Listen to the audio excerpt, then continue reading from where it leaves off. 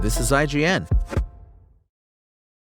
Pete Davidson's foray into horror has too many clichéd, silly moments to ever really connect. This is your IGN review of The Home by Eric Goldman.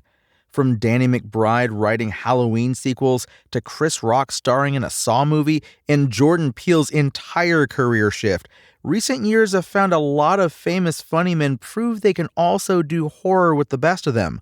As the latest comedian to jump into that world, Saturday Night Live veteran Pete Davidson does decent work in The Home, playing things straight and doing his best to make his character Max feel relatable. But it's an uphill battle he can't win in a movie that's as flimsy and inadvertently silly as this one. The story focuses on Max, who we know is very troubled because he wakes up in a drug den and then goes and tags a building with graffiti that reads, "Our future is burning," as his red spray paint splatters back on his face, evoking blood. Yeah, it's subtle, but you might get the idea this guy is in a bad place in his life. And that sort of clumsy and awkward storytelling unfortunately is par for the course here.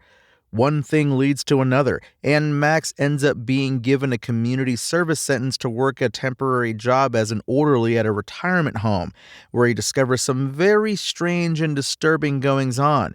Yes, it's a time-honored horror movie tradition to leave us to ponder why characters don't just leave when things get weird and dangerous, but The Home is especially egregious in this regard.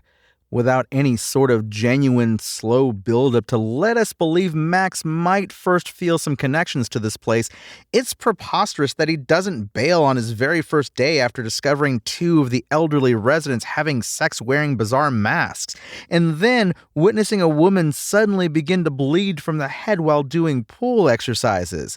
His legal issues don't hold up as a credible reason for him to stick around or to not at least contact someone about the hugely troubling signs that something is very off. And yet, Max initially seems more curious or bothered than properly freaked out by the rapidly escalating strangeness.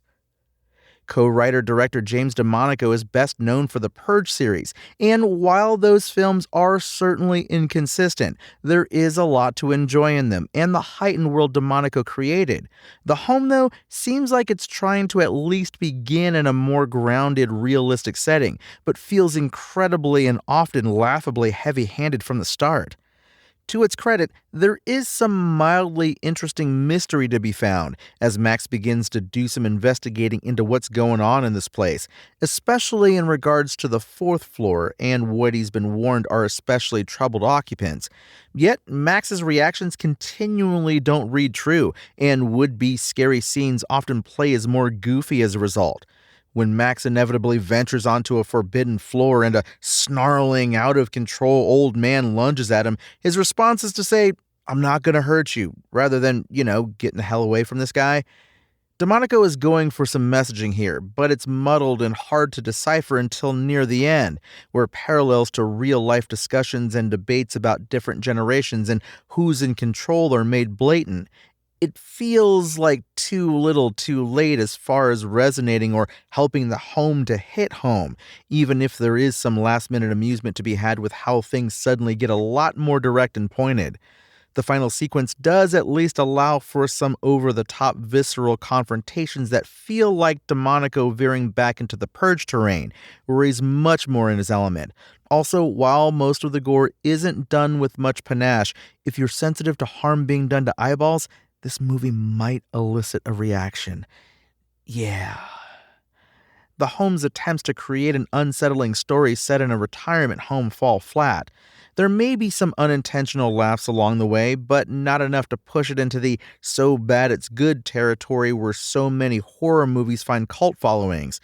Pete Davidson does solid enough work in a more dramatic role, and the supporting cast does the best they can with the material, but The Home collapses under its muddled messaging, overly familiar and sometimes ridiculously heavy-handed imagery, and a lack of tension.